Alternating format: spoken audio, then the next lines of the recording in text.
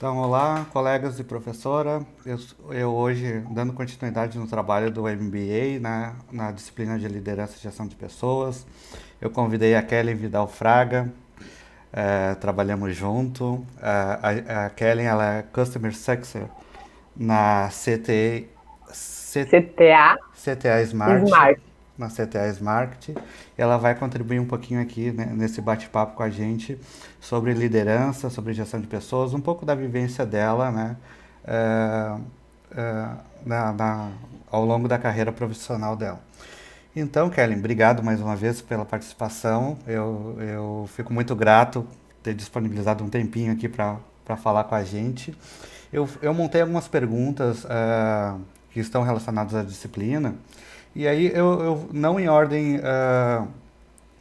de prioridades, mas a gente vai trocando, batendo um papo aqui, e aí tu vai compartilhando comigo as tuas experiências referente a essas perguntas, tá? Tá bem, obrigada, Rafa, pelo convite. Sempre que tu me chamarem no WhatsApp, tá sempre disponível. Obrigado pela gentileza, então. Falando sobre liderança, então, eu queria que tu escolhesse uma das características que define liderança, mas principalmente, não algo muito didático.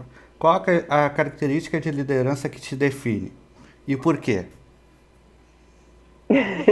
Que me define, eu me É, autodefinindo, é isso, isso? é. Eu acho que é desenvolvimento, desenvolver, contribuir com o desenvolvimento do time, desafiar. Eu acho que desde a minha formação, que começou lá no ensino médio, em magistério, depois pedagogia empresarial, e é claro que depois eu fui indo mais para a área técnica, eu sempre entendi muito a importância da gente estar preparado para os desafios, para as oportunidades, e se eu entendo que isso é importante para mim como profissional, eu procuro transmitir isso para o time. Então, às vezes, eu sempre tento explicar o porquê do desafio, o porquê que eu estou, né, sugerindo aquilo e mostrando que é para desenvolver, para seja horizontal ou um dia vertical, né, com oportunidades, mas quando tu falou assim, me veio, a primeira coisa que veio na cabeça foi desenvolver, assim, então uma liderança que está procurando o bem das pessoas no sentido de aprendizado, desafio, fazer mais, melhor, se desafiar. Eu acho que, assim, né? Pega de Perfeito. surpresa. Então, já engatando na sequência, então, qual foi o teu maior desafio, né, nesse tipo de liderança? Foi aprender a fazer isso, assim, qual é a melhor forma, porque cada pessoa aprende de um modo, cada pessoa tem um objetivo de vida, então alguns sim, estão muito prontos, querem aprender, querem crescer, tem o famoso sangue nos olhos, né? Já outros não, fizeram um planejamento de carreira que elas querem se manter ali, né? Onde estão felizes, ok, não tem certo e errado, é o que cada um considera de felicidade. E no início, né, eu não tinha, acho, essa maturidade de entender e respeitar o planejamento de carreira de cada profissional. Então foi um desafio, assim, como eu sou muito dinâmica, um pouco ansiosa, sempre quero as coisas para anteontem, né? Então acho que o desafio foi saber esperar, entender o perfil de cada um, escutar, conversar, perguntar qual era o planejamento dessa pessoa e aí de posse disso, cruzando com os desafios da empresa, né, os resultados que a empresa espera, juntos a gente ir construindo. Então, acho que esse equilíbrio, esse time, assim, primeiro escutar foi um desafio para mim, assim, eu já queria no início sair fazendo, né? Aí eu fui aprendendo, não, calma, calma. Então, esse foi um desafio para mim como pessoa e profissional. E aí eu tive que me preparar para isso, né? Eu tive que buscar, inclusive, apoio, fazer, estudar, fazer coach, enfim, trocar. Como é que eu lido com essa situação, né? E aí eu fui aprendendo. Certo, perfeito. E nesse aprendizado, quais os riscos tu entende que um líder deve correr, faz parte dele correr, e quais aqueles riscos que o líder ele já deve ser mais conservador, digamos assim, não, esse risco eu não posso correr com a minha equipe.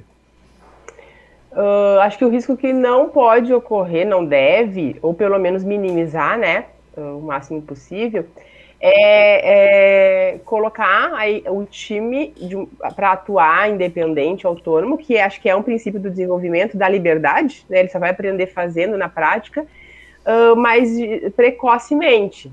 Então, eu sempre procuro criar alguma espécie de cronograma. Bom, eu acompanho por um período, a gente vai sombreando e aí chega um dado momento que eu solto, né?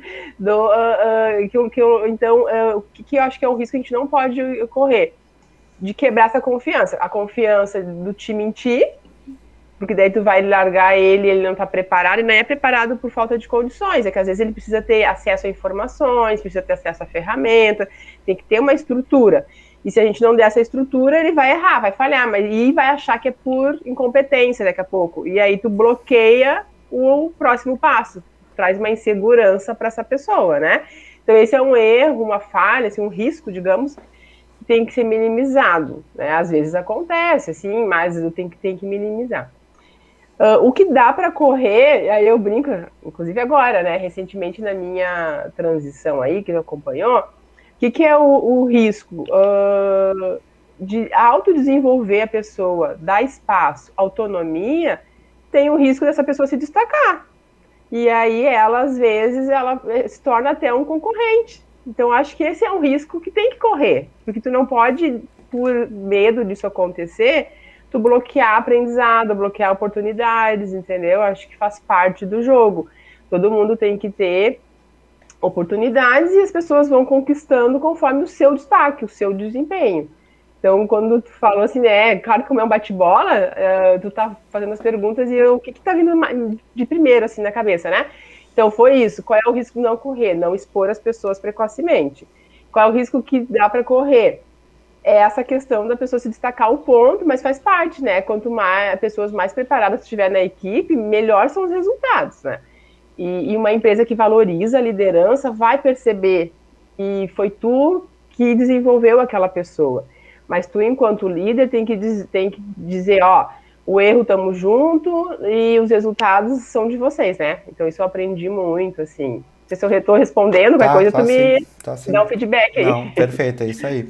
E eu acredito que tu já deu pinceladas e respostas nessa próxima pergunta, mas assim, ela é importante de fazer porque tu falou um pouco de cada pessoa tem a sua estratégia, né, de carreira. E aí a pergunta que eu queria te fazer é o seguinte: como tu identifica um líder na tua equipe? Quais são as características que ele demonstra que tu olha para eles, essa pessoa ela tem um perfil de liderança? Vamos lá, né? Tu falou aí já, ó. Normalmente não sou eu que identifico, são os colegas que identificam. Quando eu vejo que as pessoas, os demais colegas ali, os pares, estão procurando essa pessoa para. Se eu não estou disponível, por exemplo, ou mesmo seja disponível, mas aquela pessoa ela é responsável por um processo X, e eu percebo que as pessoas começam a ter ela como uma referência. Ela tem automaticamente um perfil de mais proatividade, tem uma energia que contagia no sentido, né, pro foco no resultado. Então, eu entendo que isso é uma coisa natural, que vai acontecendo em muitos dos casos. Às vezes tu até pode chamar alguém e dizer, olha, agora esse vai ser, né, o líder, vai ser uma gestão intermediária. Pode ser que o time não receba bem, né? Então é uma liderança, digamos, imposta, hierárquica. Mas tem aquela liderança que é nata, de que o time vai reconhecendo aquela pessoa como uma referência, como um apoio, como até acolhimento. Então, eu normalmente identifico quando esse movimento começa a acontecer. Mais para o lado técnico, também quando a pessoa tem essa iniciativa, ela vem com propostas, né? Então, já tive na minha experiência, assim, situações que eu trago dúvidas, trago propostas, e já tive que dizer assim, não é possível que eu esteja sempre certa, né? Eu quero te escutar. Deve ter algum problema essa ideia que eu estou trazendo, ou alguma oportunidade de melhoria. Quando eu tenho que fazer muitas vezes isso, eu percebo que a pessoa não tem isso tão nato, assim, talvez tenha que ser trabalhada, né? Quando a pessoa ela já vem e diz assim, legal, mas eu acho que poderia ser assim, deveria ser assim, ou não vai dar certo, ou show de bola, tem essa troca, assim, também começo a reconhecer isso como uma liderança, né? Ou seja, se vier o time, pedir aporte tende a ser esse tipo de postura, né? E essa postura passa segurança para as pessoas, né? Então, acho que é isso. A equipe mesmo escolhe como uma referência, muita proatividade, responsabilidade, essa energia positiva, são coisas que eu não segurar conhecimento, naturalmente, também ter esse perfil de compartilhar, de desenvolver. Entendo que Perfeito. gira em torno disso. Certo. É, e aí eu chego num ponto também, né, que a gente veio conversando agora, como que tu mantém a tua equipe engajada para conseguir atingir os objetivos, né, comuns? Primeiro, eu sempre sou muito grata, assim, eu acho que sempre agradecer as pequenas conquistas, agradecer um apoio, às vezes, para resolver um problema, mostrar o quão aquela pessoa é relevante e importante para o resultado da empresa, para boa energia, união do time, né?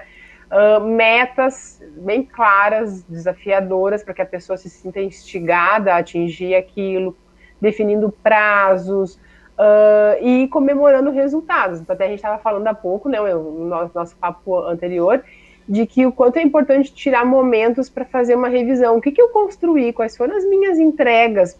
Ajudar as pessoas a enxergarem, né? Eu estou agregando para a empresa, para o cliente, para a sociedade, para mim mesma, para a família, né? Então, hoje eu trabalho, muitas leituras assim que eu faço, sempre diz, né? Quando tu te apresenta para alguém, tu diz o teu nome e normalmente o que tu faz na vida, né? E há tanta relevância que o que tu faz tem, que é o fator de apresentação, assim, se tu conhece uma pessoa nova, enfim, às vezes até num barzinho, né? Ah, e aí, o que tu faz? Né? Eu faço tal coisa, trabalho em tal lugar. Isso não é muito relevante para as pessoas na vida. Traz subsídio para os nossos investimentos pessoais, né? Casa, estudo, passeio. Então, eu procuro trabalhar isso no dia a dia, assim, qual é a relevância daquilo que eu estou fazendo para a vida profissional e pessoal. Então, bastante bate-papo, tem que sentar para conversar, né? Aquela avaliação de desempenho anual, acho que já era.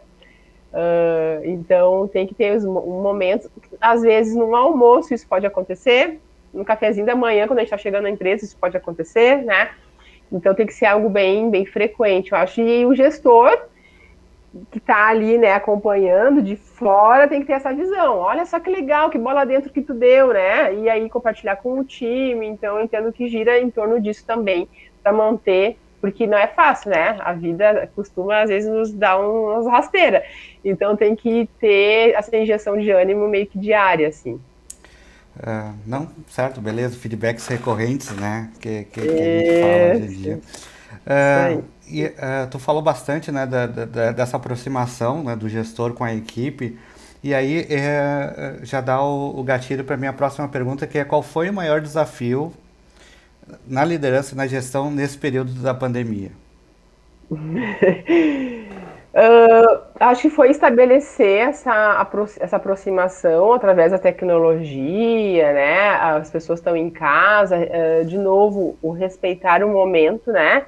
Então, mas assim, agora falando para mim, o meu desafio especial, né? Eu assumi aí áreas diferentes no início da pandemia, com times mais técnicos, e onde eu tive que aprender, inclusive termos, conceitos, para depois passar a contribuir enquanto gestão.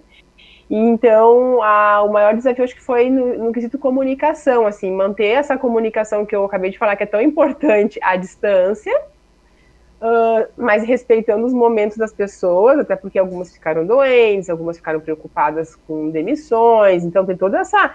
E o gestor tem que passar essa tranquilidade. Então, por exemplo, no início das reuniões eu já dizia: olha, não tem nenhuma demissão em massa prevista. Segue tranquilo aí, ninguém me perguntou. Mas eu li o cenário, entendeu? Então, eu disse, gente, seguem focados que vai dar tudo certo. E realmente, né, no meu time a gente não teve nenhum movimento envolvendo esse tipo de coisa. Mantive uma rotina de encontros, alguns times eram dia sim, dia não, alguns times teve que ser diário, então a tal das deles, os métodos ágeis ajudou bastante.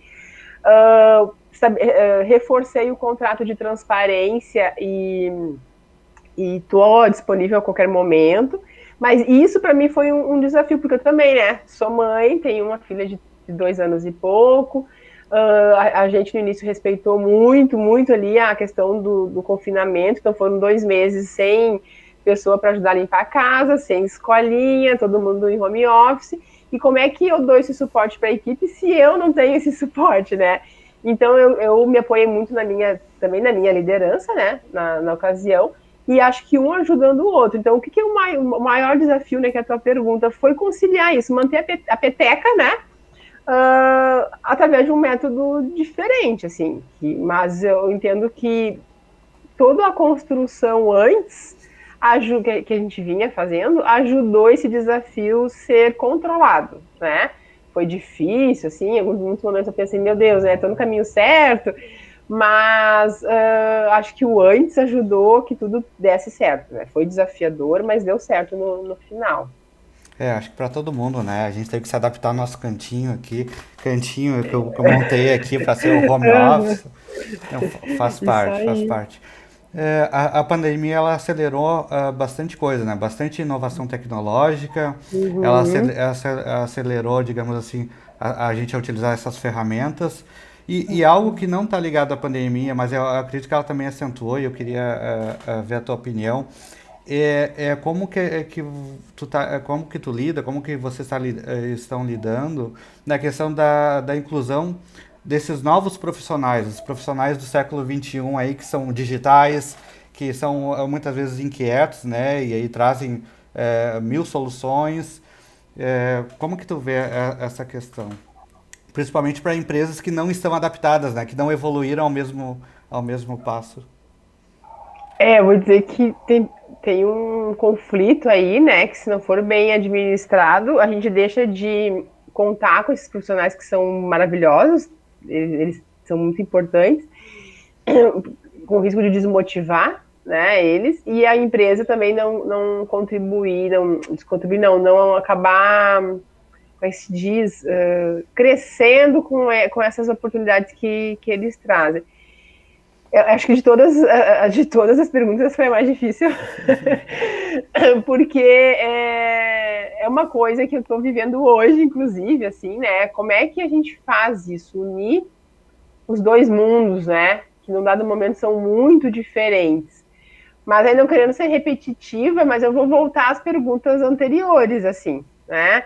Acho que entendendo o objetivo de cada um, fazendo o time estar unido, explicar muito bem o porquê das coisas. Então, por exemplo, tem muita essa ansiedade, essa agilidade, nem sempre dá para acompanhar, mas por que não dá para acompanhar agora, né? E mostrar o quanto é relevante, mas tem que esperar um pouquinho. Ao mesmo tempo, tem que ajudar a abrir espaço para que esses profissionais tenham espaço, né? Vou ser redundante de propósito. Então, é um momento, até pouco tempo a gente falava do momento VUCA, agora tem um outro que eu nem lembro qual é a sigla, me escapou agora, da questão da ambiguidade, da agilidade, né? E isso é muito difícil, né? Então a gente vai ter, às vezes, alguém na equipe que é um pouco mais tradicional, puxando o barco para um lado, e tem os novos que estão puxando para o outro. Mas como é que a gente une isso?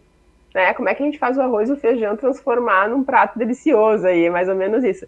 Então, eu não tenho ainda a resposta tão pronta para isso, acho que estou ainda construindo. Acho que acho que é isso, assim. Mas se eu fosse escolher, acho que é buscando as coisas anteriores ali que eu vim falando, sabe?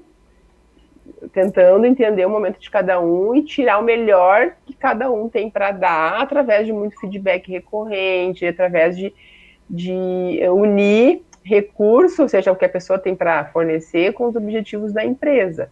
Não sei se essa daí eu respondi, Rafa. Fiquei. Não, é para provocar mesmo. A gente está. Essa daí acho que foi a mais difícil, assim, né?